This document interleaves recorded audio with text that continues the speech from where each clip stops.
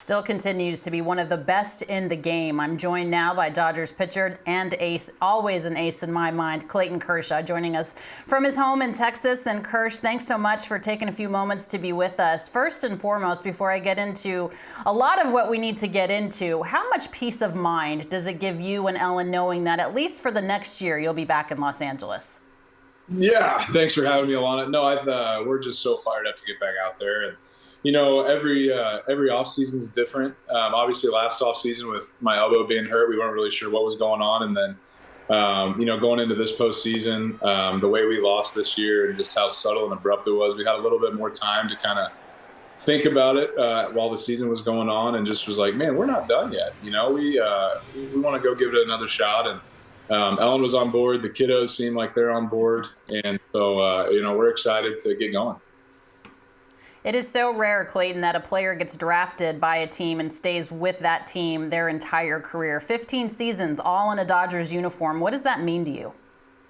It means a lot. I think going back to when it all started, I would have never guessed that 15 years later I'd kind of be in the same spot. So I have a lot to be thankful for, obviously, and a lot of it just with being with the Dodgers organization. I think there's so many different teams that go through different turnovers and different things. So for us to still have a relationship, and for me to still be around and have a chance to win every year is something that I don't take for granted. And this next season is going to be no different. Back when it all started, Kenley Jansen was catching you, Kersh. Now he's a member of the Boston Red Sox, and it appears, at least reportedly, that all-star third baseman Justin Turner is heading to Boston. What is your thought on that, not seeing JT every day? Yeah, man, this has been the most turnover that I've seen in an offseason in a while for us. Our position player group has pretty much been the same for a long time, and now with JT and Belly both leaving, it's going to be weird. It really is. JT is such a cornerstone of the franchise, and has meant so much to me personally and everything that he does on and off the field. And I texted him this, but he just always gave me the thought that we were going to win the game. You just see him and his mannerisms and demeanor every day, and you just go to the ballpark thinking that you're going to win the game when you see him. And that's the compliment that I can't give to everybody. And so we're going to miss him. I'm going to miss him. It's going to be so weird to not have him in the clubhouse. And I hope he has fun in Boston, just not too much fun. Yeah, no question. And the Dodgers and the Red Sox will play each other in August. And you had mentioned the amount of turnover. There are a lot of question marks going into this season for the Dodgers, more so than in recent years. But you do have another arm in that rotation. Your thought about pitching with Noah Syndergaard? Yeah, I think coming off of Tommy John last year proved that he was healthy. And the Dodgers always see stuff. They always see stuff. So I'm sure he's got some type of analytical number or some type of something that they feel like he can get his velo back up to where it was, and he can do this or that. And on a 1-year deal, it's a real bargain and all this stuff. So we're excited to have him, and we need him, quite frankly. So, I hope he comes in and ready to go. And, his stuff is great. So we'll see what happens. And unfortunately, you guys don't have Walker Buehler for the foreseeable future, maybe late into the year, postseason perhaps. But you have a starting rotation, Clayton, that I think gets overlooked. Can you brag a little bit about the job that Julio Urias did last year, another lefty in your rotation? And then, of course, just the progress that you've seen in both Dustin May and Tony Gonsolin. Julio's the man. I don't know. I think you're right. I do think he gets overlooked, and I don't really know why. He did finish second in the Cy Young voting this year, so I think you're starting to see people understand just how good he is. And he's been a cornerstone for us. He's just kind of been there and take the ball every fifth day and you go out there and dominate. And so I think we have restricted his innings and pitches, and that's not his fault. That's just on the organization and what they've decided to do. So he's obviously an ace, and then Tony has shown flashes. If he can stay healthy, he's really good. And, Dustin coming off of Tommy John surgery as well. I think it was really good to get him, a month or two last season under his belt before this coming season. And so I know he's going to be ready to go too. So we got a lot of good arms. Obviously, it's probably not as proven as we've had in the past, but if everybody does what they're supposed to do, I think we should be in good shape.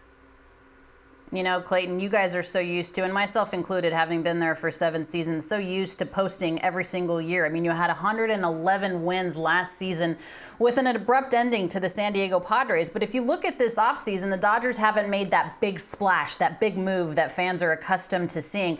Whereas the San Diego Padres and the San Francisco Giants have made some moves. How do you approach it? How do you take a look at it?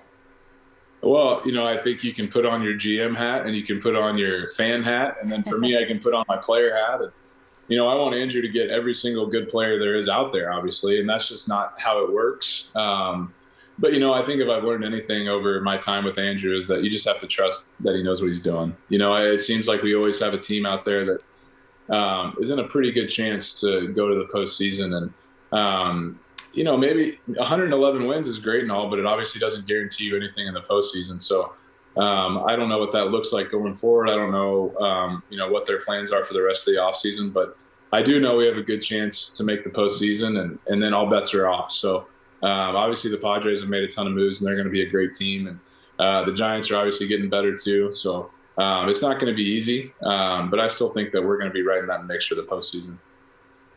Yeah, how long did it take for the sting to wear off after that first round loss? Yeah, it was just so different. I think we've lost, I've lost in a lot of different ways. And, I think we were just going through like a roller coaster, just going through it.